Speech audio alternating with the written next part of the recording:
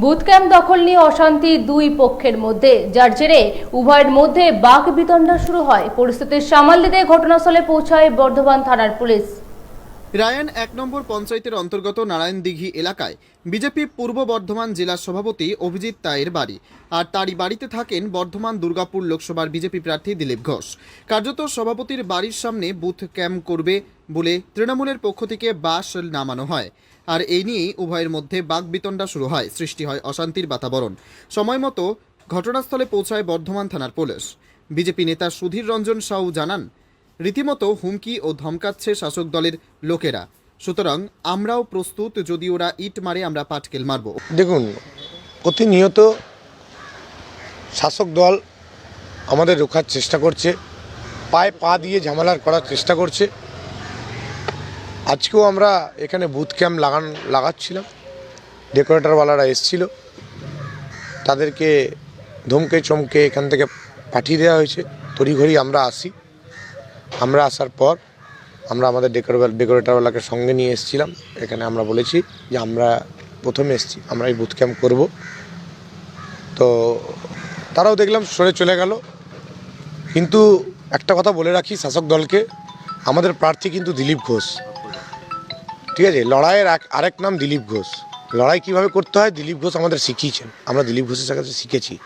তাই যারা যে ভাষায় বুঝতে পারবে, যারা যে ভাষায় বুঝতে চাইছে, সেই ভাষায় আমরা বোঝাতে প্রস্তুত আছি। যেমন দেবে তেমন কিন্তু রিটার্ন পাবে। তাই যেটা আমরা আইন মেনে যেটা আমরা করতে চাইছি, প্রত্যেককে মানুষ, সামনে ভোট আছে 13 তারিখ। অন্য রাজ্যে যেখানে ভোটকে গণতান্ত্রিক উৎসব বলে পালন করা হয়, গণতন্ত্রের উৎসব বলে পালন করা হয়, পশ্চিমবাংলায় দেখা যায় যে এই উৎসবটাকে খুনের উৎসব বলে পালন করা হয়। ভোট হলেই বোমাবাজি হয়, ভোট হলেই লুট হয়, ভোট হলেই খুন হয়, ভোট হলেই মারামারি হয়, দাঙ্গা হয়। এটা পশ্চিমবাংলায় দেখতে পারবেন। দিলীপদের বাড়িতে পিছনে দিলীপদা এখানেই তো থাকেন। হ্যাঁ, দিলীপদা থাকেন। তো এরা পায়ে পা দিয়ে ঝামেলা করতে চাইছে।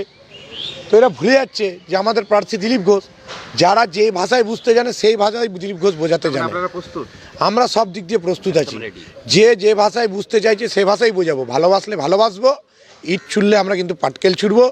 যে ভাষায় বুঝবে সেই ভাষাই বোঝাবো। প্রশাসন এসেছিলেন, প্রশাসন কি বললেন? প্রশাসন এলো, প্রশাসনের ভূমিকা পালন করেছে। প্রশাসনের ভূমিকা নিয়ে আমাদের কোনো ইয়ে নেই। প্রশাসন যথেষ্ট আমাদের সহযোগিতা করেছে। অন্যদিকে তৃণমূলের পঞ্চায়েত প্রধান কার্তিক বাগ জানান, দীর্ঘদিন ধরে তৃণমূলের পক্ষ থেকে এই স্থানেই বুথ ক্যাম্প হয়, তাই ওখানে ক্যাম্প করতে গিয়ে বিজেপির পক্ষ থেকে বাধা আসে। কার্যত সেই মোতাবেক আমাদের কর্মীরা ওখান থেকে সরে আসে, যাতে কোনো অশান্তি সৃষ্টি না হয়। প্রথমে এই ব্যাপারটা হচ্ছে হাস্যকর ব্যাপার।